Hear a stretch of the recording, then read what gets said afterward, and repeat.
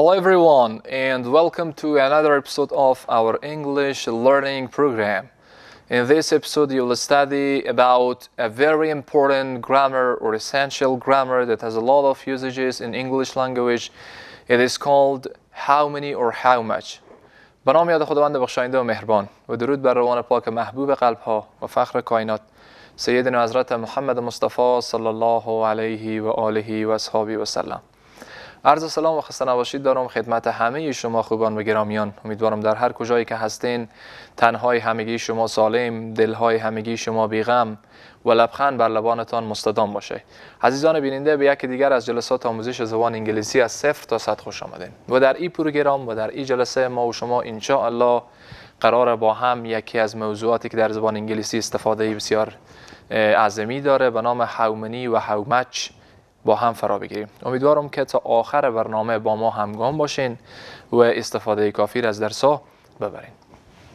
As I just mentioned, today we are studying a very essential grammar or grammatical point by the name of how many and how much. First of all, we should know the translation or meaning of how many, how much, that what the translation of how many is and what the translation of how much is. Besides, we have to learn and know about where should we use these two grammatical points in English language. در قدم نخست ترجمه از روی تا میفهمین که چی ترجمه داره، چی معنایی داره در فارسی، مترادف های اینا چیه و در قدم ثانی انشالله موارد استفاده اینا رو با هم میخوانیم. The first word that I'm gonna tell you is how many. نکته اول که با هم قرار انشالله ما و شما فرا بگیریم لفظ اومنیه و نکته دوم به توفیق الله ما و شما لفظ how much میخوانیم. So the first word is how many. کلمه اول how many. how many چند تا ترجمه داره در زبان فارسی. ببینید لفظ how many ما و شما میگیم که چند تا عامیانه اگر صحبت کنیم یا چند دانه یا ادبی تریار بنویسین میگیم چه تعداد. پس how many میشه بگین چند تا، میشه بگین چند دانه، میشه بگین چه تعداد. در سه تا یک تفاوت از هم نداره اما این عامیانه تریونه. چی وقت استفاده میشه؟ لفظ اومنی قبل از اسمهای جمع قابل شمارش استفاده میشه. how many معنای میشه چند تا و قبل از اسمهای جمع قابل شمارش استفاده میشه. We will learn on its place inshallah about the countable nouns and uncountable nouns. در قسمت قابل شمارش و غیر قابل شمارش باز بعداً انشالله با تمام جزئیات بحث میکنیم. اما همونقدر بفهمین که اسم اول جمع باشه و به علاوه از او باید قابل شمارش باشه، یعنی شمرده بشه. اسمی نباشه که شمرده نشه، مثل آب هر کسی شمرده نمیتونه. اسمی باشه که شمارش بشه. پس معنای how many چند تا قبل از اسمهای قابل شمارش استفاده میشه. ببینید که چند تا مثال با هم بسازین. For example مثال نخست یا مثال اولی E.G. example how many.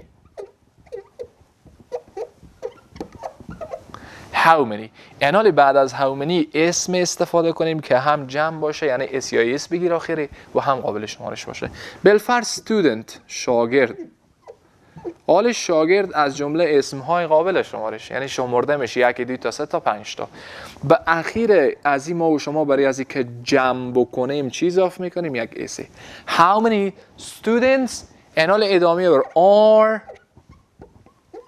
there in the class. چه تعداد شاگرد یا چند دانه شاگرد یا چند تا شاگرد به داخل صنف هستند. The second example مثال دوم how many example chairs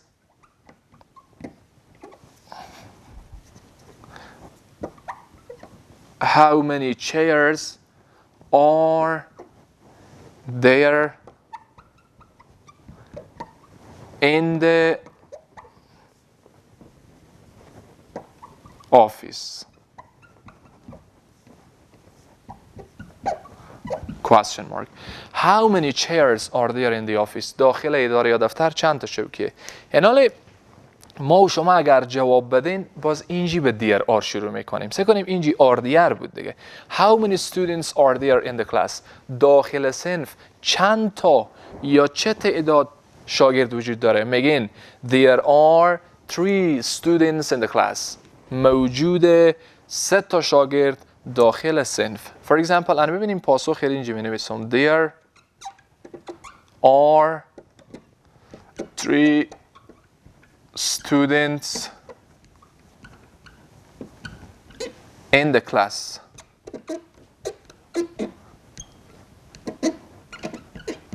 موجود هستند 3 تا شاگرد داخل صنف. The second example مثال دوم که آمده بود how many chairs are there in the office. چند دانه چوکی داخل اداره موجوده. There are for example 5 chairs in the office. 5 دانه چوکی داخل اداره. And the second number that we are studying. نکته دومی که قرار انشالله ما و شما با هم بخوانیم لفظ how much. How much. معنای میشه چه مقدار، یا ساده تر که بگیم چقدر. How much چه مقدار یا چقدر. کجا استفاده میشن انشالله خود شما میخوارین. قبل از اسمهایی که غیر قابل شمارش باشن. How much قبل از اسمها استفاده میشه که غیر قابل شمارش باشه، یعنی شمرده نشه. For example مثال how much انال اسم استفاده کنین که شمرده نشه، مثل آب. آب به انگلیسی میشه water. How much water. انال واتر که استفاده کردیم دیگه اینجی آر استفاده کرده نمیتونیم. با اسمای غیر قابل شمارش is استفاده میشه. How much water is there نه are there. Is there in the glass. گلاس چی معنا میداد؟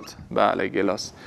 How much water is there in the glass. چقدر آب یا چه مقدار آب داخل گلاس موجوده.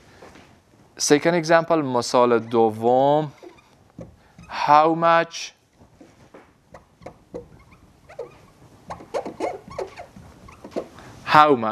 for example روغن به انگلیسی میگیم oil چون غیر قابل شمارشه. How much oil are there نه چون غیر قابل شمارشه چی میاریم؟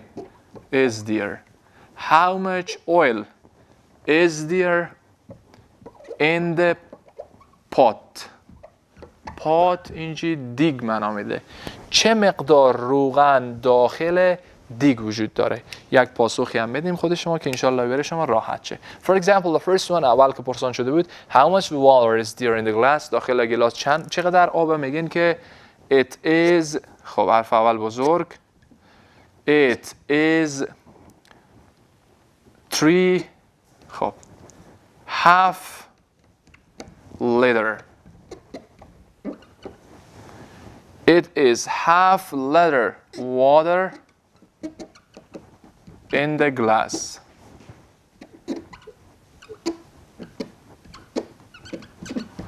ما و شما با فارسی لیتر میگیم. لیتر به انگلیسی هم لیتر میشه. لیتر او کلمه انگلیسیه. How much water is there in the glass. چقدر آبه؟ It is half liter water in the glass. نصف لیتر آب یا نیم لیتر آب داخل گلاسه. گلاس بزرگتریه دیگه. So the summary of today's grammar. پس خلاصه امروز we studied about how many and how much. در رابطه با how many و how much خواندین.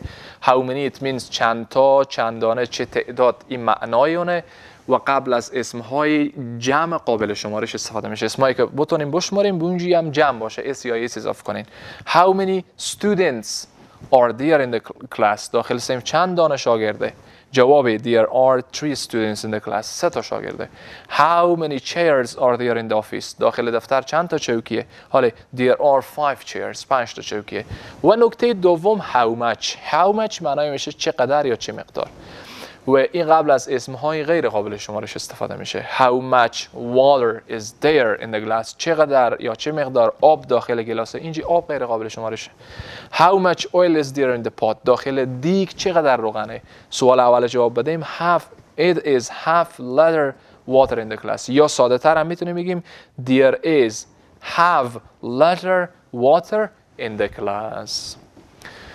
و سرانجام رسیدیم به پایان این برنامه و این جلسه. امیدوارم که از داشته های برنامه ما لذت کافی و استفاده از امیر برده باشین. تا برنامه بعد و جلسه دیگر که باز من با اتفاق همکارا خو در خدمت شما عزیزان قرار میگیرم، شما را به الله بی نیاز می سپارم.